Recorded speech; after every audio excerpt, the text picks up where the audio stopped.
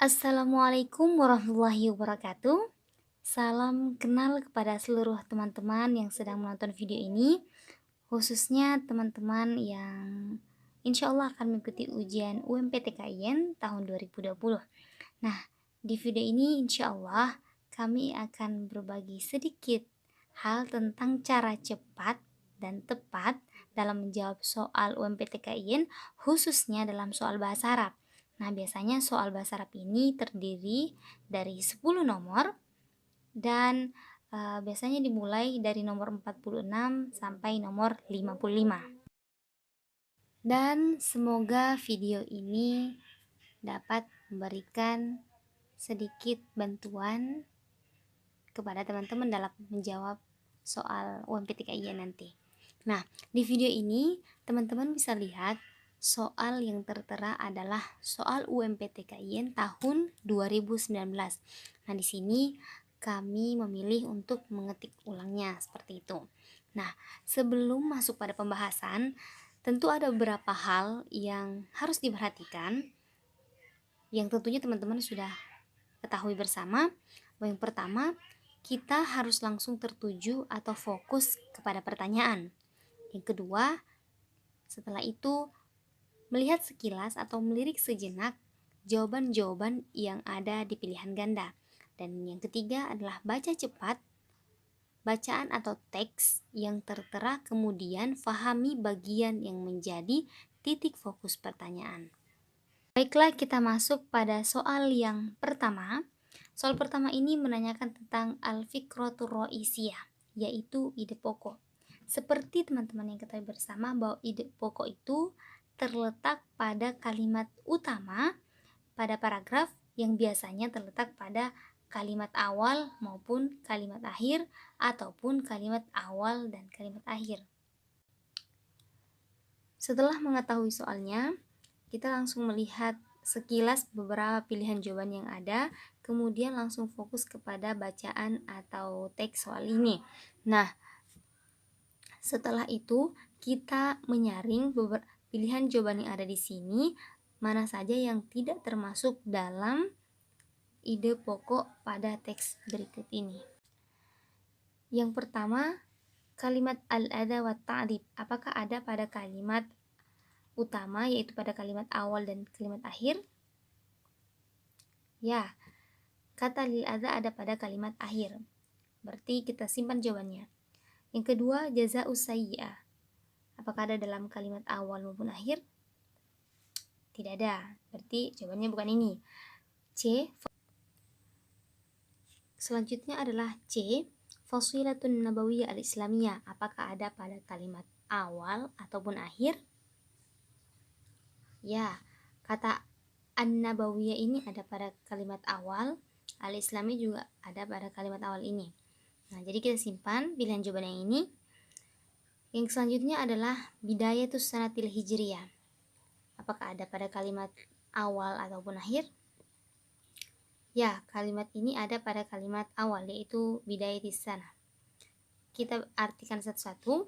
Al-adha wa ta'dib artinya penindasan dan penyiksaan. B. Balasan jaza'us sayyiati, balasan atas kejahatan. Fasilatun Nabi Islamiyah adalah kelompok pada masa kenabian.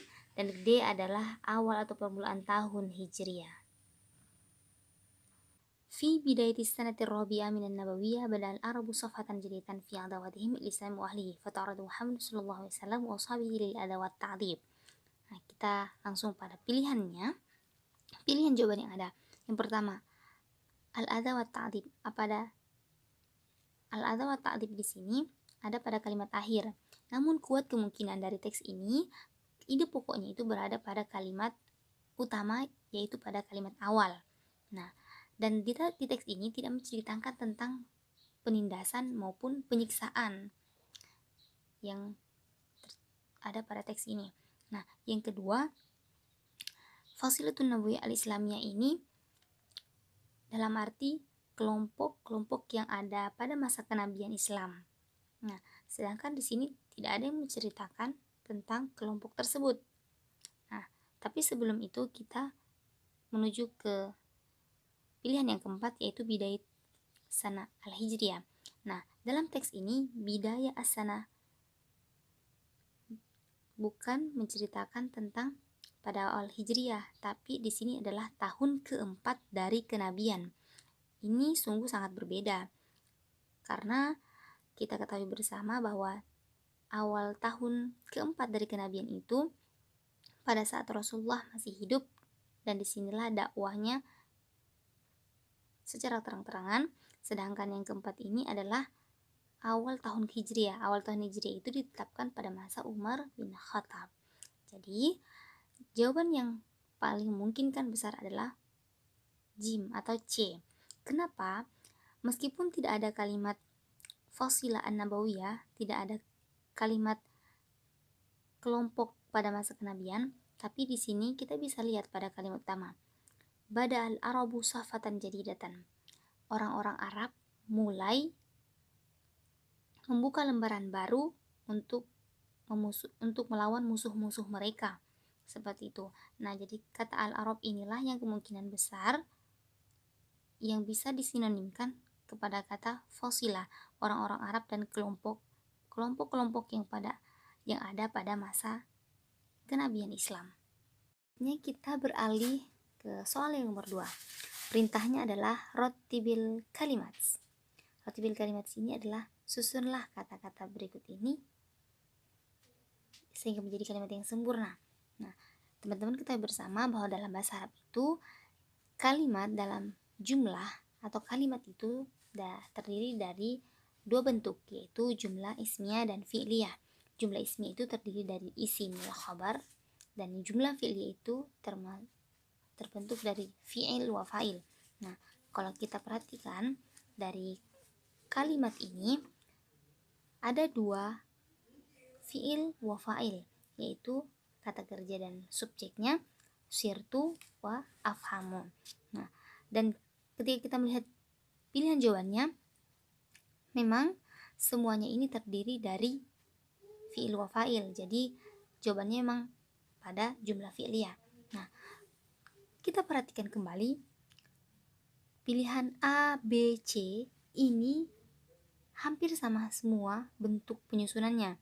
Kita perhatikan afhamu wa sirtu, sirtu wa afhamu, afhamu wa sirtu. Jadi tidak ada perbedaan sebenarnya terhadap pilihan jawaban ABC, dan kemungkinan besar jawabannya ada pada D. Kenapa? Nah, di sini ada kata sirtu afhamu. Kenapa ada dua kata kerja fi'il wa fa'il yang berdekatan? Nah, teman-teman kalau pernah belajar kana wa akhwatuha yang merofakkan isim dan menasabkan khobar, nah inilah teman dari kana, yaitu sora. Nah, di sini sirtu. Nah, afhamu di sini adalah jumlah fiil dan wa fa'il yang ketika nanti dijumlahkan itu menjadi isim dari sora, dan ayat Al-Qur'annya inilah yang menjadi khobar dari sora tersebut. Jadi sirtu ini sebenarnya adalah penguat atau penambahan dari jumlah fi'liyah yang ada di sini. Kita masuk pada soal nomor 3. Soalnya adalah imla al-firaq kalimat taliyal munasibah. Isilah ruang kosong atau titik-titik dengan kalimat yang sesuai. Nah, disinilah pentingnya kita memahami kosakata bahasa Arab yang tepat, juga mengetahui bentuk-bentuk kata dalam bahasa Arab, baik itu mufrad, musanna maupun jamak. Kalimat mau'iz ini adalah bentuk jamak dari kata mau'izu yang berarti memberikan nasihat atau wejangan. Al-aba juga merupakan jamak, tepatnya adalah jamak taksir yang berarti para ayah, titik-titik li abnatihim. Ini adalah bentuk jamak juga, yaitu dalam artian kepada anak-anak mereka. Kita mulai dari A, yaitu mudarratun, artinya berbahaya. B, khoti'ah, kesalahan. C, mufidah, bermanfaat. Dan D, falsidah, yang berarti rusak atau hancur. Jadi jawaban yang tepat adalah ya, C, mufidah, bermanfaat. Para ayah memberikan nasihat yang bermanfaat kepada anak-anak mereka. Ada tambahan untuk teman-teman bahwa dalam bahasa Arab ada yang disebut dengan jamak taksir atau jamak yang tidak beraturan. Nah, seperti contoh kata ini mawaiz. Mawaiz itu adalah bentuk jamak dari kata mawaizu yang berarti jamak ini memang kosakata ini harus dihafalkan seperti itu. Jamak taksir ini berbeda dengan jamak yang lainnya seperti jamak muannas maupun jamak muzakkar salim. Nah, jamak taksir ini kata yang mengiringi setelahnya itu akan kembali kepada mufrad muannas atau tunggal yang berbentuk perempuan. Dan mufrad muannas itu ditandai dengan tamarbuto atau penanda perempuan pada akhir kata. Nah, namun apabila teman-teman menemukan pilihan jawaban yang seperti ini dan hanya ada satu jawaban, pilihan jawaban yang menggunakan tamarbuto atau penanda perempuan, maka teman-teman langsung memilih pilihan jawaban tersebut. Kita menuju ke soal selanjutnya, yaitu soal yang keempat yang menanyakan tentang muradif kalimat, yaitu sinonim kata allati takhta huwa yang digarisbawahi.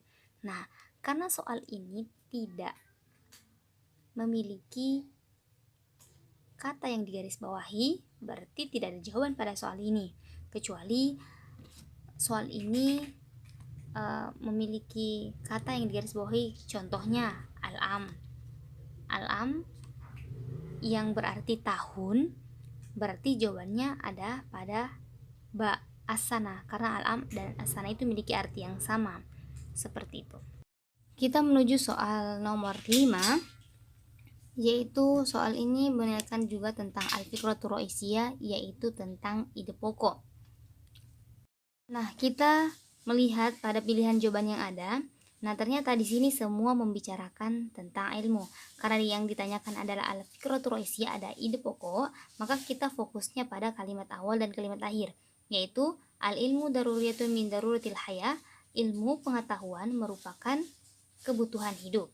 Nah, kalimat akhirnya adalah manfaatatul ilmi fahuwa kal hayawan. Barang siapa yang mengabaikan ilmu atau melupakan ilmu, sama saja dengan hewan. Nah, kalau kita mengartikan satu-satu, A ini adalah ahamiyatul ilmi, yang berarti pentingnya ilmu. Yang kedua ini darul ilmi, berarti kerugian ilmu. Yang ketiga atau C, anwaul ilmi, yang berarti macam-macam ilmu. Dan yang D, asasul ilmi, yaitu dasar-dasar ilmu. Jawaban yang tepat di sini adalah ya A, yaitu ahamiyatul ilmi, yaitu pentingnya ilmu. Jadi kita benar-benar harus fokus kepada soal, apa yang diminta oleh soal, dan kita tetap fokus pada kalimat awal dan kalimat akhir.